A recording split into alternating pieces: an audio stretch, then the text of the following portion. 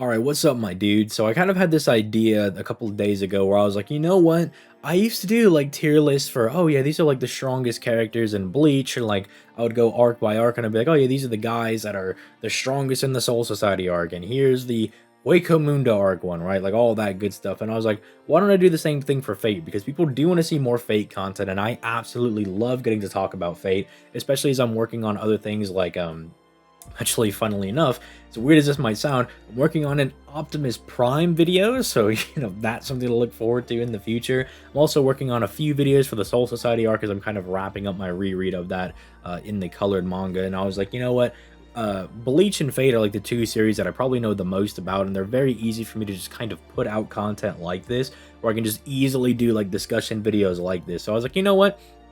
I want to get a little bit more consistent with uploading things, and Fate videos might just help fill the gap in some of the different uploads that I do over here on the channel. So what we're gonna do today is we're going to start this series. I'm planning on this being 3 parts, right? We're basically, in this video, we're gonna talk about, just listing off all of the Fate Stay Night servants and kind of ranking them on this tier list. Then in the next video, we'll come and we'll do Fate Apocrypha, and then the next one we'll do Fate Zero, or maybe we'll do Fate Zero next. I don't know which order I'm going to do them in. I just know we're starting off with Fate Stay Night, right? And then at the end, we'll have this total compiled tier list. The reason I'm breaking it up is because I don't want the video to be like an hour and a half long, especially getting into stuff like Apocrypha, because Apocrypha can definitely take a just insane amount of time because it's Fate Apocrypha. There's like 14 dudes, and the scaling in that can be a little wonky sometimes. So we're just going to do Fate Stay Night in today's video. It's a very good introduction. It also allows people that may not have seen Fate, that are viewers of my channel, to be like, well, hold on a minute. He's talking about this Fate stuff. Let me go ahead and just go watch Fate Zero, because it's only like 25 episodes. Let me go watch Fate Apocrypha so I can prep for the next video. It gives you a whole week to do your homework and everything, right? So that's what we're going to do in today's video. And, standard YouTube intro stuff aside, like the video, subscribe, all that good stuff, blah, blah, blah, right? So we're just going to go ahead and order from Saber Altar over to Kojiro over here, and this should be pretty easy for me to do, as, I am the Fate guy. So Saber Altar, in terms of the Fate anime, the anime should be considered an EX class servant. I mean, she's pretty much just unrivaled in the entire of Heaven's Feel when she appears. I mean, she completely dogs on Herc. Medusa going at full power is only able to stall her for like 2 minutes. As the plan is not for Medusa to beat Saber Altar, is that they have this weird plan of being like, I will try my best to distract her for as long as possible, but you need to obliterate her, because if you do not obliterate her, Shiro, I'm gonna get murked, right? Like, I'm gonna get obliterated. And part of that comes from the fact that Saber Altar's master is Dark Sakura, and Dark Sakura has like the infinite mana of the Grail. So one of the things that makes servants so powerful is basically like, how much can they spam their skills and their noble phantasms, right? Like, how much mana do they have at their disposal? Because you can look at someone like, say, Achilles or Karna, like, they're both really OP, but in a normal Grail War, they're actually going to be very useless to you, because most Maguses can't maintain how powerful they are, right? And they would just completely burn out of mana after Achilles, like, swings his sword around a few times. So it's one of the things that makes Saber Altar so strong, is not only is she basically just stronger Artoria, who's no longer holding back, but now she also has so much extra mana lying around that she can just spam Excalibur Morgan, she can spam her Mana Burst, and it literally just makes her a giant beat stick, right? That is very hard for a lot of people to overcome. Conversely, normal Artoria should probably be an A tier, probably going to drop her to B tier, because I'm thinking about some of the other servants on here, right? Because I'm thinking about when I'm doing the Fate Zero stuff, this is going to be a little spoiler for Fate Zero, but Artoria and Diarmuid are pretty much implied in the Fate Zero novel, the light novel, to actually be like a tier below some of the other characters like Gilgamesh in them, right? She's implied to be like a tier below them, right? Like, because she sees Gilgamesh fighting Lancelot, and her and Diarmuid are like, it is unfathomable that these are like people we have to fight. Like, it doesn't make sense how strong these people are, right? Like, it's completely out of their realm of just thought. They cannot comprehend fighting people on their level, right? So for now, I was going to put her in A, just putting her a tier below Saber Alter, but I think I'm actually going to go edit and stick her in B tier, just kind of preemptively preparing things for some of the other videos. Gilgamesh is another EX one. I think it's pretty obvious that Gilgamesh should be up here as well. It's a little debatable in the original VN if Gilgamesh would be able to beat Saber Alter with how insanely strong Saber Alter and Dark Sakura are. But I think you can make a pretty good argument that Gilgamesh should be able to still beat them. I mean, there's a whole reason why Sakura directly went after Gilgamesh is because she was afraid of Gilgamesh obliterating her, right? Like, not only does she consume Gilgamesh, like she jumps him basically, but then she completely just disintegrates him into data because she's like, I don't even want his spirit essence around anymore, because if there's a possibility of him coming back, there is a possibility of my plans getting completely messed up, right? So Gilgamesh definitely has an argument to being able to beat Saber Alter. I think that's a fun debate to have with some people because, you know, they're both very chatty in their respective VNs when they get the spotlight, but he's definitely an EX tier character. Like, it's pretty apparent anytime Gilgamesh shows up, especially when we're just looking at the anime versions of Servants, like we're just looking at the 3-man animes. He is pretty much de facto like the strongest dude. Like, they suck off Gilgamesh relentlessly throughout the entirety of Fate. Then we have Emiya. So Emiya is also going to go in B tier over here, although I'm going to put him a little bit behind Artoria because it's implied that Emiya shouldn't be able to beat Artoria, even the weaker version.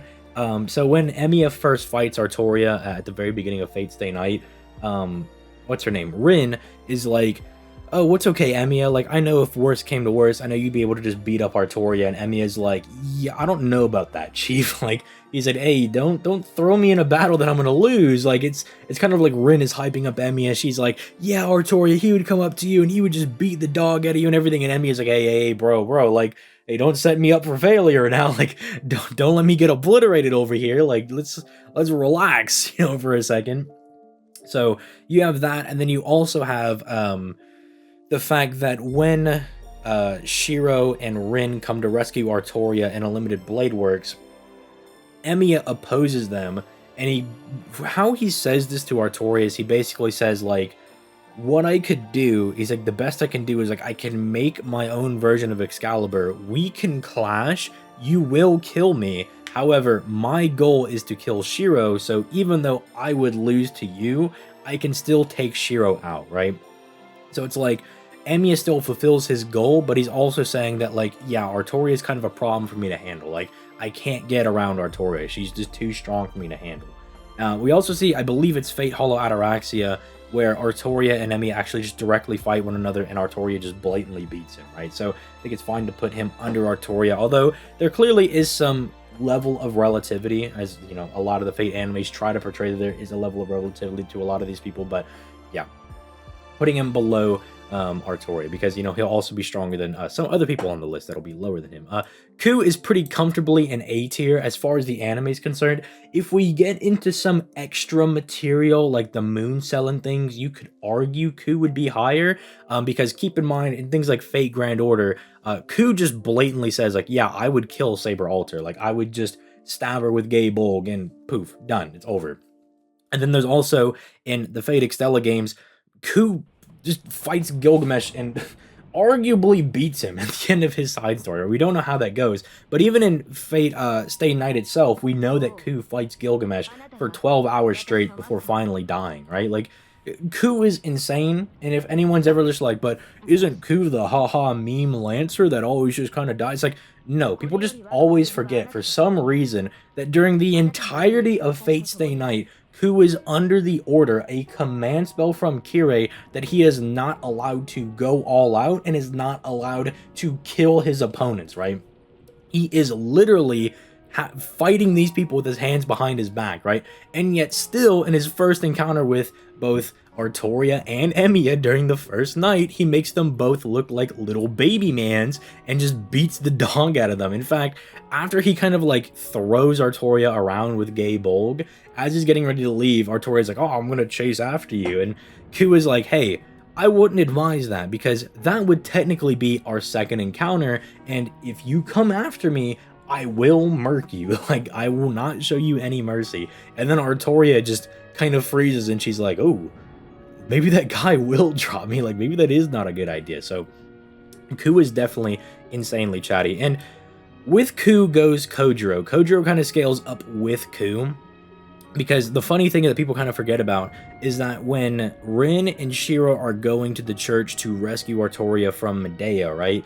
Um, Ku volunteers. He's like, I will go fight Emiya, and we're just gonna kind of sidestep where Kojiro is, because Ku just blatantly says, I would rather fight Medea, Saber, and Emiya all at the same time than 1v1 Kojiro, right? Because that is how much respect and how fearful of Kojiro that Ku is, because Kojiro is kind of just a god, right? He's kind of insane. And by the way, before people are like, well, hang on a second, didn't Artoria over here beat up Kojiro? Why is Kojiro a tier above? Well, you got to remember that, one, Kojiro beat the mess out of Artoria in their first fight. It wasn't even close.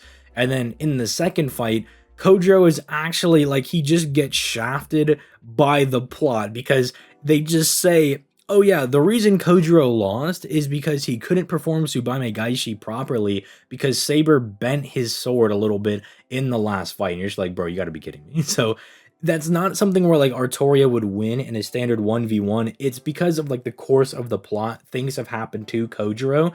Elements have now been presented that now allow Artoria to get a W over Kojiro. And I hope people can actually understand that, right? But yeah, Kojiro scaling up to where Ku is absolutely fine. Medusa's a little hard to scale, but I'm just going to put her with Artoria because it's pretty much the most consistent way to scale her. Because you have like the initial like Shinji Medusa that Artoria just like one shot to the beginning of Heaven's Feel, right? And she's not looking impressive at all. But then you also have end of Heaven's Feel Medusa, where she's like giga amped and she is like scrapping with Saber Alter, and like she may be only able to scrap with Saber Alter for 2 minutes, but that is 2 minutes longer than most of these other servants could do, right? She is, I mean, that's kind of like being like, well, I was only able to fight Broly for 5 minutes, right? I guess it wasn't all that impressive. It's like, no, you still fought Broly for 5 minutes, and you were kind of, it was back and forth. It wasn't like you were getting beat up for 5 minutes. It was that it was a close fight for 5 minutes. It was back and forth. Like, that's the crazy part. But generally, the consistent area for Medusa is to just put her by Artoria, because they're kind of portrayed as like the rival characters in the initial route, especially with things like Bellaforn being set, which for people that forget, Bellaforn is Medusa's NP, but Bellaforn is stated to be pretty much equal in output to Excalibur, you know, to just normal Artoria's Excalibur. So it's just consistent to put them next to each other. You could argue we're all over the place because, again, Medusa has some of the weirdest ranges of feats. You could have her in E tier, you could have her in EX tier, right? You could put her wherever, right? I just think it's the most consistent to put her by Artoria.